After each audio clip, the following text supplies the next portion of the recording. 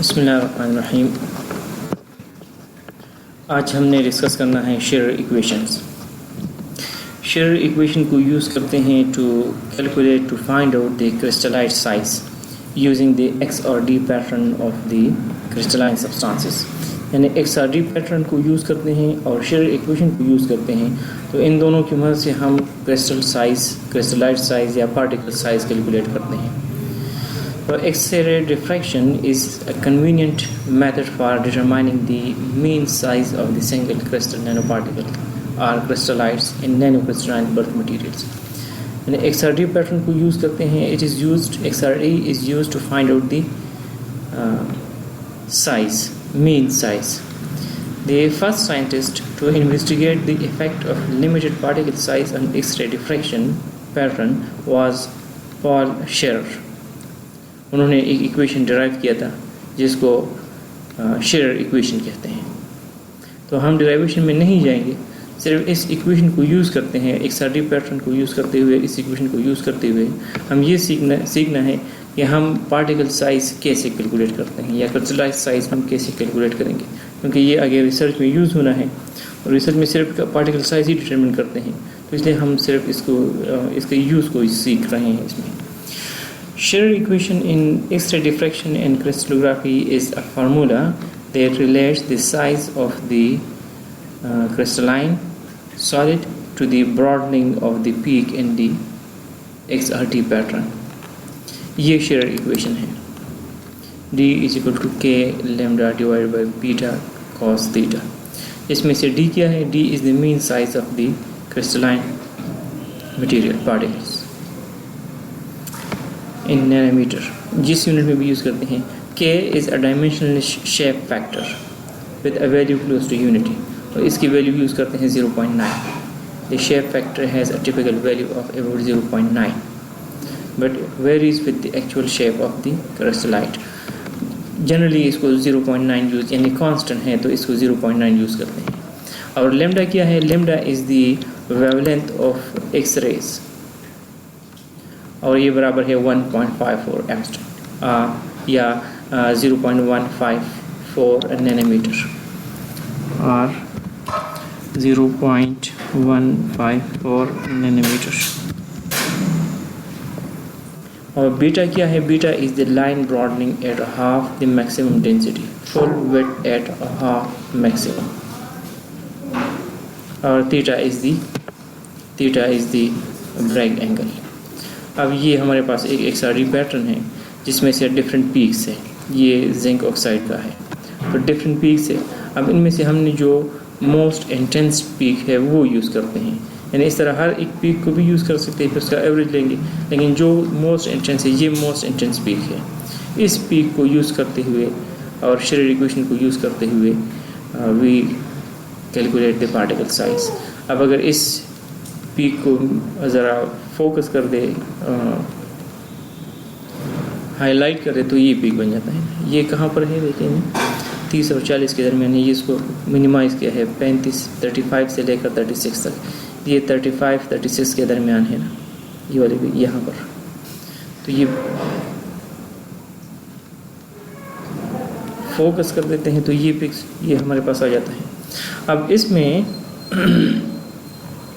ये थीटा क्या है? Theta is the Bragg angle. तो थीटा इस पीक में हमारे पास है, यहाँ से जो आ जाता है, जिस पीक पर ये मैक्सिमम इंटेंसिटी है, and that is 36.3। Bragg angle ये 2 थीटा में है ना, एक्स एक्सिस पर 2 थीटा 36.3 है, तो थीटा में क्या हो जाएगा? 18.15 डिग्री। यहाँ पर एक्सआरडी पैटर्न में peak is at 36.3 and this is 2 theta.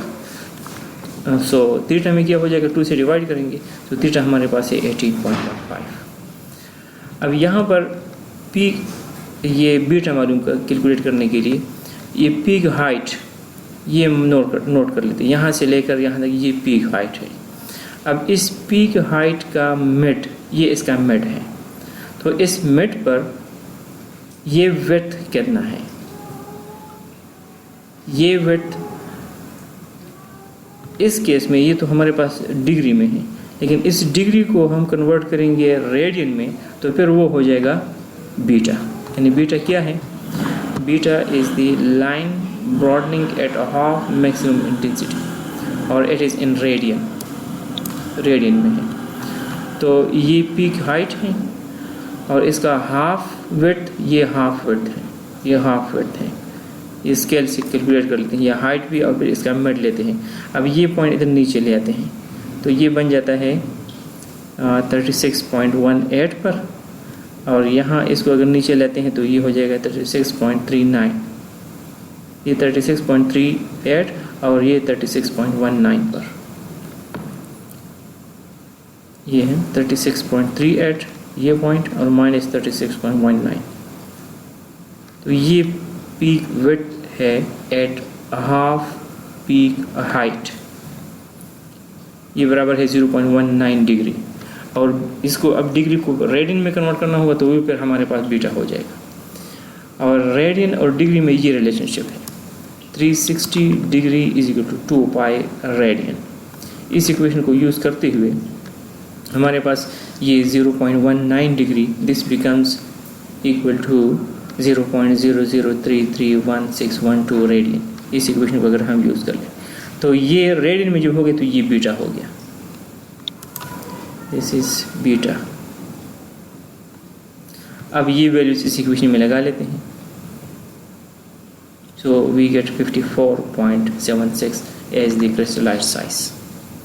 इसी तरह ये ऑनलाइन कैलकुलेटर्स भी हैं, उसको भी यूज़ कर सकते हैं। ये लिंक है और ये हमारे पास है, ये लिंक गिवन है ना, यहाँ पर पीक पोजीशन 36.3 दे दिया है और peak weight at half height वो दे दिया है और एक्स रे वेवलेंथ कैलकुलेट कर लें 45.98 नैनोमीटर आ जाएगा। और जो हम कैलकुलेट करते हैं उसे क्या आता है, ये 54.76। कितना फ़र्क है? 10 नैनोमीटर फ़र्क इसमें आ रहा है ना। तो इस तरह आप जो रिसर्च में आएंगे तो सिंथेसिस जहाँ पर भी होगा क्रिस्टलाइन मटेरियल्स की सिंथेसिस, फिर इसकी कैरेक्टराइजेशन करते हैं। कैरेक्टराइजेशन के लिए डिफरेंट टेक्निक्स यूज़ करते हैं, उसमें से एक XRD भी है। तो XRD से हम ये मालूम करेंगे कि जो प्रिपेयर्ड सैंपल है वो क्रिस्टलाइन है या नहीं है, और फिर उसमें पीक्स कौन सा फेज़ है, क्रिस्टल प्योरिटी क्या है, यानी होमोजीनियस क्रिस्टल्स है या हेट्रोजीनियस हैं, एक किस्म के यूनिट क्रिस्टल पाए जाते हैं या मिक्सचर ऑफ यूनिट सेल है, और उसकी प्लेन्स कौन कौन से है वो जो पिछले last time we have discussed. और इस तरह फिर पार्टिकल साइज कैलकुलेट करते हैं।